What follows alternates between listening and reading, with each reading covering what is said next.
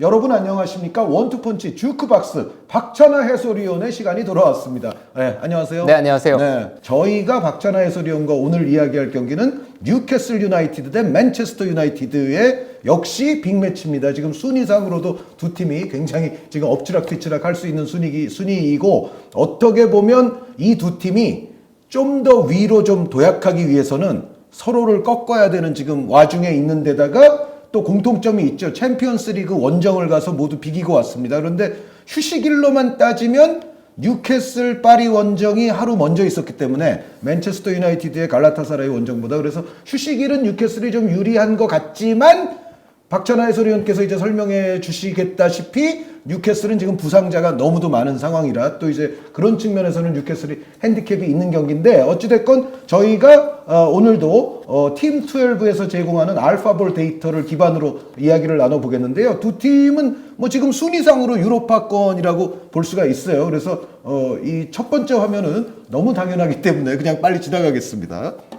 자, 프리미어 리그로만 살펴본 챔피언스 리그나 다른 대회는 제외하고 프리미어 리그로만 살펴본 두 팀의 최근 5경기 결과는 맨체스터 유나이티드가 좋아요. 맨체스터 유나이티드가 최근에 승점을 많이 얻었어요. 네, 물론 이제 루턴이나 에버턴처럼 좀 하위권들과의 만남이 있었기는 한데, 그럼에도 어쨌든 리그에서는 최근 연승을 달리고 있는 맨체스터 유나이티드고, 반면에 뉴캐슬은 좀 왔다 갔다 했습니다. 네, 왔다 갔다 한 거는 뉴캐슬 유나이티드가 부상자가 너무 많았기 때문에, 그리고 그 중간에 유럽 대항전도 치렀고 뭐 컵 대회 치르고 이러면서 경기 숫자는 많은데 쓸 수 있는 선수가 없고, 이런 이유가 가장 컸다는 생각이고, 또 일정의 이유도 있고, 반면에 맨체스터 유나이티드는 잡아야 될 팀을 확실히 잡으면서 계속 승리하는 경기도 늘려가고 있는데, 특히나 지난 리그 경기였죠. 에버턴 경기는 이번 시즌 처음으로 맨체스터 유나이티드가 한 골 차 승리가 아니라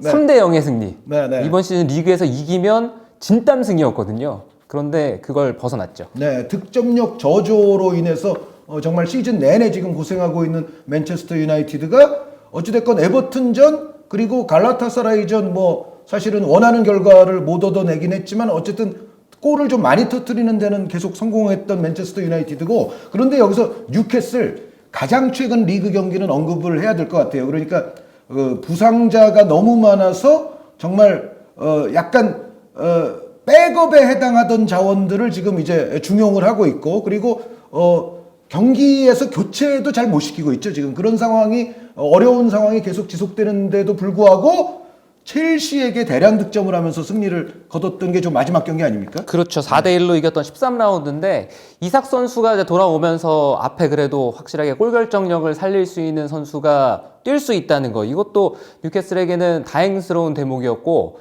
결정적으로 홈에서는 확실히 강해요. 네.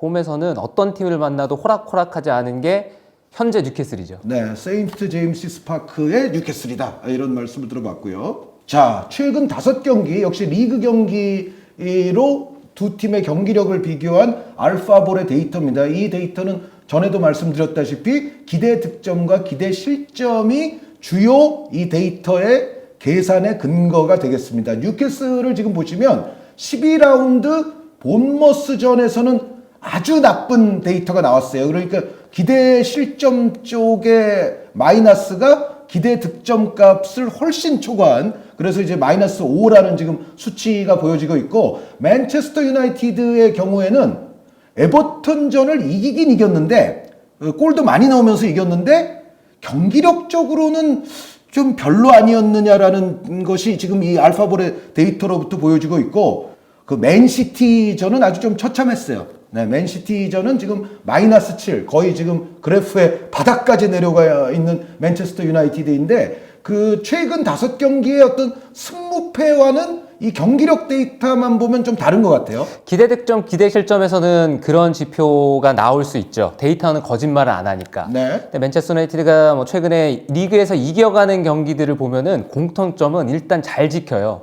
그리고 자신들에게 찾아온 기회가 많은 편이 아닙니다.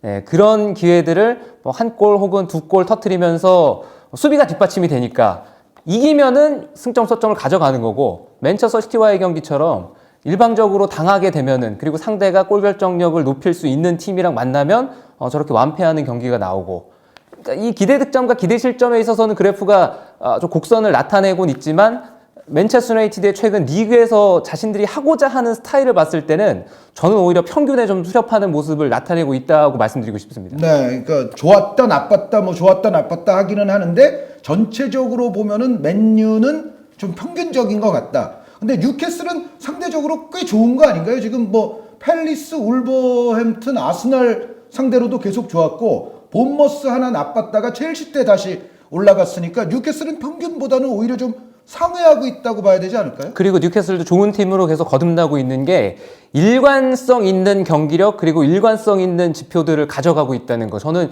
여기에 좋은 점수를 주고 싶어요. 물론 울버햄튼과의 경기는 운이 따랐던 경기예요. 저 경기는 질 수도 있었는데 울버햄튼전에서 2대2로 비겼고, 안 좋았던 거는 본머스인데, 사실 이번 시즌 프리미어리그에서 상위권 가기 위해서는 아래에 있는 팀들, 모든 리그 그렇잖아요. 하위권 팀과의 경기에서 발목 잡히면 안 되거든요. 근데 본머스가 이번 시즌에 좋지 못한 시즌을 보내고 있는 상황이라, 물론 약간씩 살아나고는 있지만, 그래도 본머스에게 패하면서 승점을 잃었던 거는 뉴캐슬이 향후에 이 상위권 경쟁하는 데 있어서는 커다란 손실로 발생할 가능성이 크죠. 네. 어쨌든 본머스전에서 패전을 그래도 첼시전에서 되돌려 놓으면서 뉴캐슬도 다시금 이제 또 상위권 순위 경쟁을 위한 교두보를 마련을 했는데요.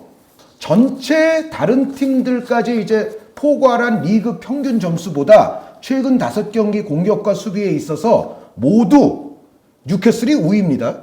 뉴캐슬은 최근 경기를 봤을 때는 부상자가 많은 상황에서도 어느 정도 꾸준하게 득점은 해주고 있거든요. 반면에 맨체스터 유나이티드는 최근 경기들 보면은 맨체스터 시티와의 경기에서 득점 못했고, 네. 이겼던 경기라고는 하지만 풀럼전 그리고 루튼타운전 그런 경기들에서 1대0 이겼고, 아마 거기서 공격 능력이 많이 깎였겠죠. 네. 하지만 그래도 에버튼전에서 3골을 터뜨리면서 리그 평균 점수까지는 됐어요. 맨유도. 리그 평균이 지금 5점인데 맨유도 5점이 됐으니까 평균 정도로는 지금 올라왔다. 이렇게 볼 수가 있겠고, 수비 능력은 맨유가 꾸역꾸역 잘 막는다고 박찬하 위원이 말씀하셨는데 점수는 오히려 리그 평균 6점보다는 조금 떨어집니다. 네. 근데 역시 실제 수치와 이 알파볼에서 얘기하는 수치는 차이가 있으니까 네, 거기서 네, 오는 네, 괴리겠죠. 네. 맨체스터 유나이티드가 실제로 실점이 아주 많은 편은 아니니까요. 13경기에서 16실점이면은 수비가 나쁘다고 볼 수는 없고, 그리고 맨체스터 시티와의 경기 제외하면은 최근 경기에서 실점은 그것보다 훨씬 더 적거든요. 그러니까 1대0 꾸역승이 많았던 거, 그리고 한 골차 이번 시즌 승리를 많이 할 수 있었던 거는 최근에 테나워 감독이 팀을 그쪽 방향으로 끌고 가잖아요. 일단 우리가 라인 올려서 경기하고 뭐 안정적인 빌드업 이런 거 하는 게 쉽지 않으니까 맥과이어 집어넣고, 그리고 뭐 에반스 있을 때는 에반스 맥과이어였다가 에반스가 문제 생기니까 린델레프 투입해서 일단 라인은 내리되 잘 지킬 수 있는, 잘 버틸 수 있는 그런 선수들을 이제 뒷문 걸어 잠그자. 그렇게 해서 경기하려고 하는데 이 수치와는 괴리가 있어요. 네. 그러니까 이 괴리는 기대 실점과 실제 실점은 좀 다르잖아요. 예, 좀 다른 게 아니라 이제 많이 근본적으로 다르죠. 다르죠. 그러니까 기대 실점은 어쨌든 여태까지 그닥 좋은 편은 아니다. 그러니까 상대에게 득점 기회 자체는 내주고는 있는데 마지막 최후의 순간에 어쨌든 꾸역꾸역 그걸 막으면은 또 실제 실점은 늘어나지 않는 거니까 이제 그런 데서 오는 약간의 괴리가 지금 이 데이터에서 보여지고 있다는 생각이고요. 알파볼이 이야기하는 주요 선수 비교는 이 결과가 좀 우스운데 단 2명의 선수만을 위한 데이터입니다. 이거 거의 뭐 2명을 이렇게 띄워줄 수가 있는 건지 모를 정도인데, 트리피어 선수와 브루노 페르난데스 선수가 모든 수치에 있어서 다 1등을 거머쥐었어요. 두 선수 빼고 2위, 3위가 누군지도 궁금하네요. 네. 근데 실제 경기 보면은 두 선수가 많이 보이긴 하죠. 뉴캐슬이 공격 나갈 때도 그렇고 뭐 데드볼 상황이라든가 트리피어 선수의 존재가 너무 크고, 맨체스터 유나이티드 역시도 지금은 후방에서의 어떤 공격을 시작하는 체계, 빌드업의 체계 자체가 완전히 무너져 있는 상황이에요. 지금 허리의 구조 자체도 브루노 페르난데스를 두고 맥토미니를 최근에 테나 감독이 계속 중용하거든요. 근데 맥토미니 선수가 최근에 새롭게 발견된 재능 중에 하나가 스코틀랜드 대표팀에서 그게 잘 나타나고 있는데, 득점력이 이 선수가 그렇죠. 네, 엄청나요. 미들라이커 역할을 해주고 있죠. 스코틀랜드의 주포이고 그리고 최근에 맨체스터 유나이티드에서도 중요한 순간에 골을 곧잘 터트려 주면서 중원 구성에 지금 카세미로도 없고 에릭센도 없고 뭐 누구를 쓰느냐 여기서 어떤 구조를 만들어 가야 되냐 여기서 고민이 많겠죠. 마운트도 또 당분간 뛸 수가 없는 상황이고 이래서 누구로 조화를 맞추느냐인데 결국에는 말씀드렸던 것처럼 일단 라인 내리고 허리에서 잘 뛸 수 있고 뭔가 세피스에서 높이도 할 수 있고 골 결정력 있고 이런 선수가 기용이 됐는데 그게 이제 맥토미니 선수거든요. 근데 브루노 페르난데스 선수가 해야 될 일이 그만큼 늘어나는 거죠. 왜냐하면 맥토미니 선수는 내려와서 볼을 받아주고 뭐 동료에게 전달시켜주고 이런 능력이 다른 가지고 있는 장점에 비해서는 좀 보완이 되면 좋잖아요. 근데 그게 잘 이루어지지 않으니까 브루노 페르난데스가 공격형 미드필더 포지션에 있는데 계속 3선까지 그러니까 중앙 수비 있는 데까지 내려와서 볼 받아주고 또 주고 본인은 올라가고 이런 구조가 현재 나타나고 있어요. 네, 그러니까 맨체스터 유나이티드는 빌드업이나 뭐 패스, 어시스트에 있어서 브루노 페르난데스에게 일단 볼을 전달해서 브루노 페르난데스가 뭔가를 해주지 않으면 다른 미드필더나 다른 쪽에서는 좀 답답함이 지금 나올 수 있는 그러한 어떤 빌드업, 패스, 어시스트 지표라고 볼 수가 있겠고, 뉴캐슬은 흥미로운 거는 브루노 페르난데스 선수보다도 트리피어 선수가 패스 성공이나 뭐 빌드업 어시스트가 좀 더 많다는 겁니다. 패스에서 차이가 많이 난다는 게 저는 이 지표에서는 아주 눈여겨 보고 싶은 숫자고요. 네, 아무리 트리피어 선수가 뭐 당연히 뭐 크로스나 이런 걸 통한 기여도와 영향력이 높긴 하지만 그래도 중앙 미드필드 핵심으로 뛰는 브루노 선수보다 트리피어 선수가 이거는 볼을 더 많이 만지고 또 동료들에게 내준다는 얘기잖아요. 그렇죠. 그러니까 뉴캐슬에서 상당한 지분을 갖고 있는 트리피어 선수라고 볼 수가 있겠어요. 그리고 이번 시대 리그를 운영하는 체계 자체도 뉴캐슬이 맨체스터 유나이티드보다는 더 조직적이고 더 공을 소유하려고 하고 패스 시도를 많이 하고 있다는 방증이라고 저는 분석하고 싶고 어시스트 개수는요. 브루노 페르난데스는 이거는 할 말이 있을 거예요. 네. 왜냐하면 래시포드라든가 호일론 같은 선수가 이번 시즌 리그에서 빅 찬스미스 순위로 따지면 지금 한 전체 뭐 5손가락 안에 들어가고 있거든요. 그래서 호일론이나 래시포드 선수가 빅 찬스미스를 줄일 수 있었다면 자연스럽게 어시스트 숫자는 올라갔겠죠. 네, 그러니까 이제 브루노 페르난데스 선수 뭐 다른 건 몰라도 적어도 어시스트 개수에 있어서만큼은 공격수들의 책임이 더 크다라고 이제 말씀드릴 수 있겠고요. 자, 이번 주요 선수 비교 지표에서는 앞선 지표와는 달리 그래도 선수들이 좀 다양하게 나옵니다. 지금 골 관여도에 있어서는 뉴캐슬은 앤서니 고든, 그리고 맨유는 역시 이건 어쩔 수 없이 다시 브루노 페르난데스 선수가 됐고요. 그리고 결정력, 앤서니 고든 선수가 상당히 요즘 결정력이 좋은 걸로 지금 나오고 있고, 달롯 선수가 맨유에서는 결정력 지금 현재 최근 5경기에서는 지금 1등으로 나오고 있어요. 그리고 골 자체만 보면 부상으로 서로 교대로 뛰는 것 같은 느낌을 주고 있는 칼럼 윌슨과 알렉산더 이삭 선수가 최근 뉴캐슬에서는 골에 가장 지분이 많고, 이제 반대로 여기는 그 맨유는 그 브루노 페르난데스 선수가 여기서도 지분이 굉장히 크네요. 그러니까 골 결정력 빼고는 사실 관여도 그리고 실제 골 여기서는 브루노 페르난데스 선수가 1위니까 저희 알파볼이 보여드리는 수치 가운데 브루노 페르난데스 선수는 무려 맨유에서는 5가지 수치에서 지금 탑을 달리고 있을 정도로 지금 거의 뭐 맨유 그 자체라고도 말씀드릴 수 있을 것 같고요. 그리고 박찬하 해설위원 조금 전에 해설해 주신 대로 맥토미니 선수가 이제 골수에서는 여기 들어왔습니다. 요 항목들에 대해서는 어떤 생각이 있으실까요? 그러니까 골 관여도는 공격적인 선수가 자연스럽게 높아지는 게 타당하기 때문에 고든도 그렇고 브루노 페르난데스도 그렇고 역시나 주요 선수로 꼽힐 만한 그런 활약을 최근 이어가고 있잖아요. 골 결정력은 여기서는 달러 선수는 본인이 시도한 거에 비해서는 확실히 이제 골 수가 늘어났기 때문에 아마 결정력이 많이 올라왔을 거예요. 다만 말씀드리고 싶은 거는 저 골 상황에서 뉴캐슬은 그래도 긍정적이게도 이삭이라든가 윌슨 같은 포워드 쪽에 득점이 집중되고 있지만 맨체스터 유나이티드는 지금 공격수 쪽에서 득점이 터지질 않고 있거든요. 빨리 이 구조를 벗어나야 됩니다. 래시포드 선수 스스로의 어떤 컨디션이라든가 또 판단, 뭐 마무리 이런 것도 문제가 있다고 볼 수도 있지만 가장 잘할 수 있는 환경이 아닌 것도 맞아요. 제가 보기에는 그렇게 보고 싶고 호일론 같은 선수는 본인이 그 압박감에서 벗어나야죠. 챔피언스리그와는 다르게 리그에서는 지금 득점이 답답한 게 챔피언스리그는 그래도 일찍 터지기 시작했거든요. 네. 그러니까 챔피언스리그에 나설 때는 뭔가 내가 경기도 될 것 같고 그리고 자신감 있는 플레이가 가능하지만 리그에서는 계속 압박감 받고 본인이 또 이적료를 많이 받았잖아요. 그러니까 그 부담감을 빨리 떨쳐내야만 호일런 선수 쪽에서도 득점이 늘어날 수 있겠죠. 맨체스터 유나이티드는 정말 공격 라인에 있어야 될 선수들의 이름이 지금 알파볼 데이터에서 나타나지 않는다는 것이 올 시즌 맨유의 뼈아픈 모습을 좀 증명하는 거 아니냐라는 생각을 해볼 수가 있겠습니다. 자, 이번에는 팀 12가 제작한 알파볼의 데이터 가운데서 기대 득점과 기대 실점만으로 그리고 최근 3경기만으로 두 팀을 비교를 해본 데이터인데 득점면에 있어서는 뉴캐슬이 좋고 실점 위기가 적은 걸로 따지면 그래도 맨체스터 유나이티드가 좋다. 이거는 근데 맨유가 최근에 또 뭐 루튼타운, 뭐 풀럼 그리고 에버튼을 상대하면서 뭐 에버튼전은 사실은 그 스코어에 비해서는 내용이 나빴다고는 하지만 어찌됐건 그래도 맨유가 최근 리그에서는 또 무실점으로 계속 또 연승을 달렸기 때문에 전체적으로 이 데이터는 뭐 좀 상식적으로 나왔다라는 생각이 들죠? 그렇습니다. 그리고 이게 3경기 데이터니까요. 네, 충분히 이렇게 나올 수가 있죠.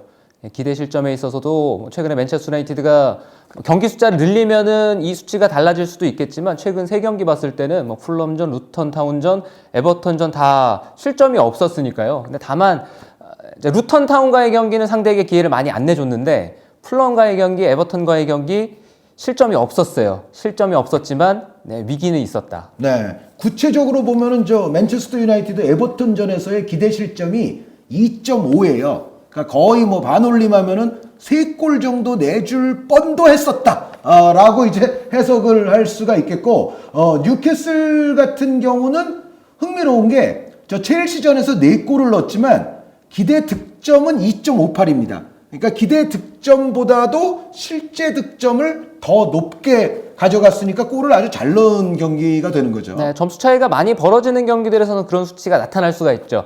점수 차이가 벌어지면은 이제 실점을 많이 하는 쪽에서 마지막 수비 집중력이 떨어지고 또 그런 순간들이 뭐 충분히 나올 수가 있으니까요. 자, 이번에는 알파볼이 제시하는 최종 승부 예측 포인트입니다. 두 팀의 이번 시즌 홈 어웨이 성적을 고려한 결과 박찬하 해설위원과 요거는 약간 의견이 비슷해요. 그러니까 세인트 제임시스 파크의 뉴캐슬은 엄청나게 강하다. 이거를 지금 알파볼도 제시를 해줬고, 자, 그리고 두 번째 줄에 비슷한 상대를 상대했을 때 성적을 고려한 결과 뉴캐슬의 우세라는 거는 요거는 이제 여태까지 그 통계와 결과를 기반으로 얘기하는 문장 같은데, 그러니까 이런 거죠. 두 팀 자체가 지금 비슷한 상대 아닙니까? 뭐 6등, 7등의 대결이고, 그러니까 전체적으로 자신과 같은 비슷한 순위권에 있는 순위상의 맞수와의 대결을 했을 때 올 시즌 전체적으로 보면 맨체스터 유나이티드는 그 결과가 좀 그닥이었다. 반면에 뉴캐슬은 비슷한 호적수와의 대결에서 맨유보다는 괜찮은 결과를 이끌어냈다라는 것이 지금 이 알파볼이 얘기하고자 하는 포인트인 것 같아요. 그러니까 아까도 뭐 표에도 나왔지만은 예를 들어 풀럼, 루튼타운, 에버튼 이런 팀들을 맨유가 다 꺾었지만 요 팀들은 엄밀히 말하면 맨유와 비슷한 상대는 아니죠. 그러니까 하급 상대들인 거죠. 그랬죠. 예. 그런데 이제 반면에 뉴캐슬 같은 경우는 뭐 최근에도 아스날에게도 좋은 결과를 이끌어냈고 이제 그런 게 어떻게 보면 중상위권 내지 상위권과 붙었을 때는 뉴캐슬이 좀 여태까지 잘하지 않았냐. 그거를 지금 알파볼이 이야기하는 것 같은데 그러면 이제 맨유는 우세한 게 없냐. 그렇지 않은 것 같습니다. 지금 알파볼이 마지막 줄에 알파볼의 기대 득점, 기대 실점을 종합한 결과는 오히려 맨유가 우세하다. 근데 요거는 좀 물어보고 싶은 건 하나 있어요. 그러니까 이게 그 최근 결과들의 데이터인지 시즌 전체의 데이터인지. 마지막 3경기의 데이터를 추리지 않았을까? 그러니까 좀 전에 봤던 우리 그 표에서 그 봤던. 전장에서 봤던. 예. 그래야 저 말이 좀 합리적으로 와닿겠죠? 네, 그리고 뭐 기대 득점, 기대 실점이 나왔을 때 맨체스터 유나이티드는 기대 실점 대비 실점이 적었고 뉴캐슬은 기대 득점이 높았던 경기도 있었지만 거기서 제대로 골 결정력을 살리지 못한 경기들도 있었으니까 그런 것들을 고려해 봤을 때는 기대치는 높은데 성과를 내지 못했던 뉴캐슬 네, 기대치보다 훨씬 더 높은 결과를 가져갔던 맨체스터 유나이티드의 대결이니까 그 숫자로만 비교를 하면은 맨체스터 유나이티드가 최근에 했던 것처럼 나은 결과를 가져갈 수도 있지 않을까라는 알파볼의 예측인 것 같습니다. 네. 알파볼의 이번 경기의 최종 선택은 뉴캐슬의 근소 우세. 그러니까 좀 전에 봤던 그 페이지에서 뉴캐슬의 우세 지점에 관한 문장은 2개였고 맨유는 한 줄이었잖아요. 그러니까 뭐 그런 의미가 좀 있지 않을까 알파볼도. 그래서 어쨌든 뉴캐슬 대 맨체스터 유나이티드에 대한 알파볼의 선택은 뉴캐슬의 근소 우세인데, 자 이제 박찬하 해설위원의 생각을 듣겠습니다. 이 이야기에 동의하시나요? 동의합니다. 아 그렇습니까? 그럼 박 의원님께 이 질문을 던져도 뉴캐슬의 근소 우세라고 하시려고 했습니까? 그러려고 했어요. 아, 예. 일단 지난 시즌에 뉴캐슬이 맨체스터 유나이티드를 상대로 리그에서 더블 했고요. 그리고 주중에 챔피언스리그의 여파가 충분히 묻어날 수 있는 경기다. 주중에 물론 두 팀이 챔피언스리그에서 무승부를 기록을 했지만 맨체스터 유나이티드가 이스탄불 원정 가서 너무나 큰 체력 소모를 하고 돌아왔어요. 그리고 심지어 결과도 가지질 못했죠. 그 5차전 결과를 맨체스터 유나이티드가 이기질 못하면서 마지막 6차전에 자력으로 토너먼트에 올라갈 수 있는 상황은 사라졌거든요. 네. 그런 여파가 이 뉴캐슬 원정에서도 맨체스터 유나이티드를 어렵게 만들 가능성이 저는 있다는 판단이에요. 네, 근데 다음 코너에서 또 얘기를 하겠지만 뉴캐슬 역시도 원하는 결과를 갖고 오진 못했고 그게 또 아주 경기 막판에 그렇게 됐기 때문에 뉴캐슬의 소모도 지금 부상자를 고려하면 굉장히 적지 않은 상황인데 그래도 뉴캐슬의 우세입니까? 뉴캐슬의 우세인데 다만 변수가 하나 있다면 뉴캐슬 유나이티드가 이번 시즌에 챔피언스 리그를 치르고 가진 리그 경기에서 선수들의 움직임이나 어떤 마무리 솜씨 그리고 수비 조직력 이런 것들이 여느 리그 경기와는 차이를 보였어요. 네. 그래서 그 변수가 있을 수는 있다. 더군다나 로테이션이라든가 이런 걸 하기에는 부상자가 너무 많으니까 그런 문제가 발생하겠지만 양 팀을 비교해 봤을 때는 그런 여파들은 대동소이하다. 근데 맨유도 소모가 적지 않은 경기를 했으니까요. 네. 그래서 뉴캐슬 유나이티드가 그래서 홈에서 경기를 가지는 이점이 저는 크다는 판단이죠. 네. 결국 이 경기에 대한 판단은 알파볼 데이터와 박찬하 해설위원이 동일하게 뉴캐슬의 근소 우세를 이야기하는 것으로 결론을 냈습니다. 오랜만에 정말 모처럼 잉글랜드 프리미어 리그를 벗어나서 스페인 라리가로 가보겠습니다. 라리가에서 주말 빅카드가 있어요. 바르셀로나 대 아틀레티코 마드리드. 두 팀 모두 역시 챔피언스 리그 경기를 뛰었는데 그리고 두 팀 모두 목표를 다 달성한 것도 공통점인데 근데 이제 내용을 좀 짚어보면 바르셀로나는 요즘 좀 뭐랄까요 계속 휘청휘청 하는 느낌이에요. 바르셀로나의 가장 큰 고민은 골 결정력이겠죠. 앞쪽에 골을 터트려줘야 될 선수가 부진하고 레반도프스키가 대표적으로 그렇고 그리고 사비 감독 부임한 이후로 윙포워드로 배치되는 선수들이 파괴력이 높거나 아니면 골을 막 터트려주거나 이런 스타일이 잘 배치가 안 됐거든요. 네. 팀의 어떤 구성상 그렇게 코너에서 득점력을 올려줄 만한 선수도 없고 그래서 잡았던 기회에서 마무리가 되지 않으니까 오히려 상대에게 역으로 철퇴 맞고 이런 경기들의 숫자가 늘지 않나. 그래서 차비 감독도 어려움이 있을 거다. 저는 뭐 그렇게 분석하고 싶어요. 이거는 차비 감독에 대한 변호입니까? 차비 감독에 대한 변호이기도 하고 그리고 차비 감독이 감독을 오래 한 분이 아니에요. 이분이 아니 근데 그 바르셀로나 팬들 사이에서 차비 감독은 현재 그렇게 그닥 인기가 없죠. 예, 매우 나쁠 것 같은데. 인기가 없을 거예요. 예, 근데 그 계속 그 변호적인 말씀을 하시니까. 저는 그래도 차비 감독이 오고 나서 좋아진 거는 있다고 생각하거든요. 뭔데요? 그 잃었던 바르셀로나 정신을 그래도 되찾으려고 하니까 그 부분은 저는 확실하게 차비 감독이 오고 나서 좋아졌다고 판단을 하거든요. 제가 한동안 바르셀로나의 부진을 판단할 때 바르셀로나가 뭐 챔피언스리그에서 막 1차전 이기고 2차전에 가서 믿을 수 없는 뭐 챔피언스리그 역사의 영원토록 회자될 그 역전패하고 이런 경기들이 상당히 많았잖아요. 뭐 몇 년간 그랬는데. 근데 차비 감독도 지난 시즌까지 보면 유럽 클럽 대항전에서 너무 못했잖아요. 그래도 리그는 괜찮았잖아요. 물론 그렇긴 그런데 그 바르셀로나 정신을 차비가 제대로 되돌려놨다고 말하는 거는 너무 옹호 아닌가요? 저는 그래도 그렇게 보고 싶어요. 좋은 걸 찾아야 되니까. 그래요?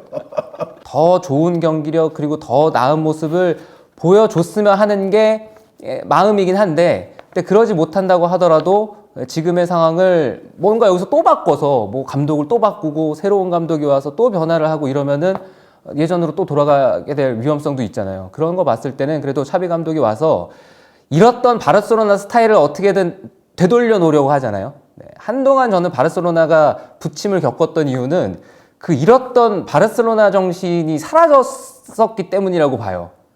거기에 맞지 않는 선수들. 그러니까 철학을 유지하면서 성적을 내고 철학을 유지하면서 세대 교체가 되고 선수 구성이 바뀌고 이래야지, 그 철학 자체를 송두리째 흔들면은 그게 잘 될 리 없다. 왜냐하면은 역사라는 건 무시할 수가 없으니까. 저는 그런 관점에서 봤을 때는 그래도 그런 부분들을 그래도 되찾아오려고 하니까 그런 부분은 평가를 해주고 싶은 거죠. 근데 이번 경기는 그 폼 자체가 더 좋은 팀은 분명히 아틀레티코 아닙니까? 이 팀은요, 잘 나갈 때 조심해야 됩니다. 아, 잘 나갈 때 덜컥이 나오는 경우가 좀 잘 나갈 좀 때 있는 조심해야 팀이죠? 되고요. 네, 그리고 네. 지난 시즌 후반기부터 해서 원정에서 뭔가 경기가 잘 안 되고, 이번 시즌에도 원정에서 라스팔마스에게 뭐 지고 그랬잖아요. 근데 라스팔마스 원정은 또 좀 특수성이 있긴 있죠. 그리고 네, 챔피언스리그도 이겼죠. 이 경기 이겼는데 못 이길 뻔했어요. 아, 물론 이제 그 자책골이 좀 터진 경기이니까 뭐 그런 어떤 덕도 좀 봤다고는 해야 되겠죠. 덕도 받고 네. 그리고 이지 찬스를 또 놓쳤죠.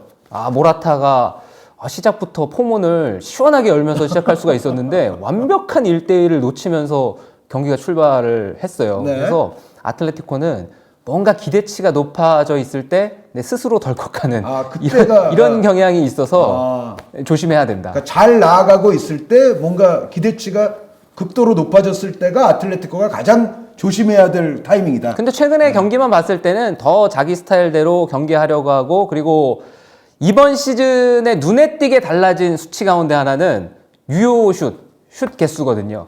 아틀레티코가 이제는 공격 상황에서 정말 고구마 막 10개 먹은 것처럼 답답하게 계속 만들어 가려고 하고, 그 안 되는 점유, 안 되는 패스 플레이 이런 거 버리고 전환의 속도, 수비하고 있다가 역습 나가는 그 체계를 완성시키면서 거기서 시원시원하게 경기를 하고 있잖아요. 빠르게 전환시켜서 슈팅까지 가는 그 효율성이 예전보다는 눈에 띄게 좋아졌다. 올라갔고, 그리고 이제는 시메오네 감독도 커다란 변화. 저는 아틀레티코가 뭐 과거에 비해서 정말 스타일이 많이 달라지고, 그리고 이 팀이 공격적으로 이제 시메오네가 경기하네 이렇게 보기보다는 한 가지 커다란 명제를 수정한 것 같아요.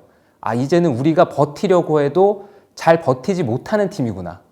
그건 그렇죠. 옛날 같은 수비가 아니죠, 근본적으로. 그래서 이제는 과거에는 한 골 넣고 질식 수비하거나 그냥 0대0으로 최대한 끌고 가다가 이른바 딸깍해서 이기고 이런 스타일을 추구했다면, 이제는 그 대전제를 바꾼 거죠. 우리가 이제는 수비진들이 나이도 많고 그리고 버티려고 해도 교체 5명의 시대에서는 점점 나중에 갔을 때 균열이 발생하고 이러니까 그거를 약간 내려놓는 대신에 그냥 잘 만들지 못해도 신속하게 가서 공격을 할 수 있으면 그것만으로도 우리가 더 낫지 않을까? 실제로 경기를 그렇게 하고 있고, 그 부분이 매우 좋아졌죠. 네. 자, 그러면 이제 두 팀의 어떤 근자의 흐름에 관한 말씀을 해주셨는데, 그럼 이 경기는 어떻게 됩니까? 이 경기는요, 최근에 바르셀로나가 아틀레티코 상대로 3연승 중이거든요. 네. 그리고 최근 경기는 양 팀이 막 난타전 하기보다는 뭐 1대0, 1대0 이런 경기 많았어요. 근데 시메오네 감독 부임 이후에 아틀레티코가 레알과는 이제 승무패를 맞춰가는 그런 흐름을 만들었는데, 바르셀로나에게는 꾸준히 약하긴 했어요. 꾸준히 약하죠. 그러니까 고비 때 결정적인 상황에서 뭔가 마지막에 웃었던 기억은 있지만 그것도 경기를 시원하게 이겨서 뭐 웃었느냐, 그것도 아니잖아요. 챔피언스리그에서는 바르셀로나를 울렸던 기억들이 있죠. 그리고 우승했던 시즌도 원정 가서 뭐 이기고 이런 게 아니라 원정 가서 비기고, 비겼지만 원하는 바 가져가고 이러면서 시메오네 감독이 바르셀로나를 물렸던 기억들이 있는데, 이게 바르셀로나 일단 홈이잖아요. 네. 그리고 바르셀로나가 레반도프스키가 언제 살아나느냐. 레반도프스키가 살아나면은 최근에 아틀레티코의 수비라든가 아틀레티코가 이 경기가 원정 경기라는 점을 고려해 보면은 이건 또 얘기가 달라질 수 있다고 봐요.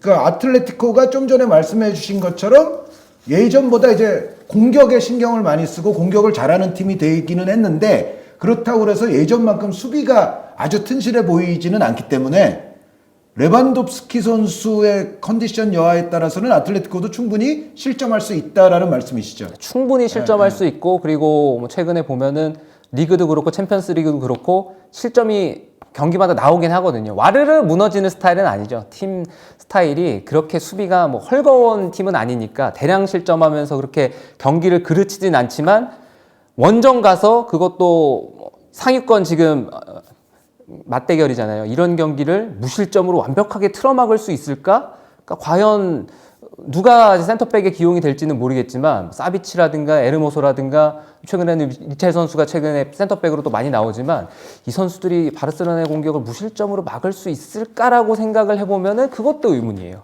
마치 약간 그 뉘앙스가 혹시 무승부 찍으시는 거 아니에요? 무승부는 찍지 않고요. 저는 아틀레티코의 승리를 예상하고 싶어요. 네? 네. 지금까지 말한 거와는 또 이거 반전을 일부러 노린 거예요? 반전을 노리진 않고, 알바로 모라타 이제 믿을 수 없다고 말씀을 드렸잖아요. 예. 아틀레티코의 원정은 믿을 수 없지만 알바로 모라타는 믿을 수 없을 때 터집니다. 아, 그래요? 네. 그러니까 아니 아틀레티코가 실점할 수 있다면서요? 실점할 수 있죠. 네. 한 골 정도 실점하고 뭐 2골 넣고 이기면 되니까.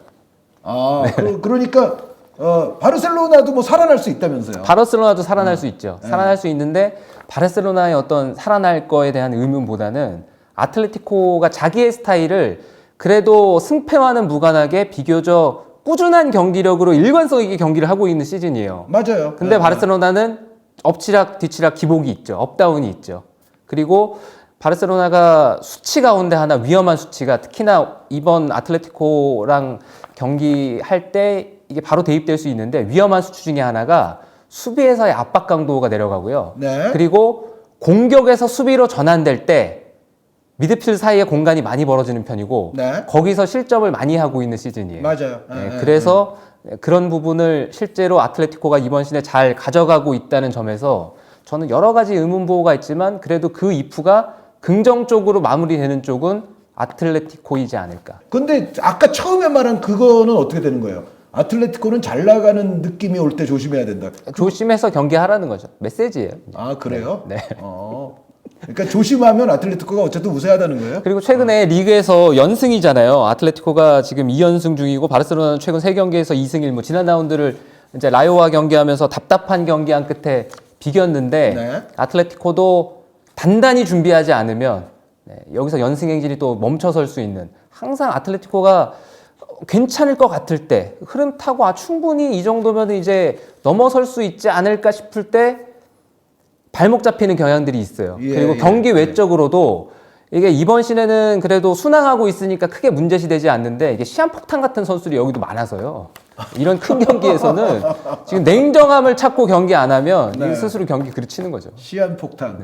그리고 라리가는 판정에 있어서, 그러니까 선수들이 심판 에워싸서 항의를 최근 빅리그 가운데는 가장 많이 하는 리그예요. 네. 그래서 자신의 열정을 주체하지 못하면 경기 외적인 변수가 항상 이런 빅경기에서는 크게 작용하는 경우들이 있으니까요.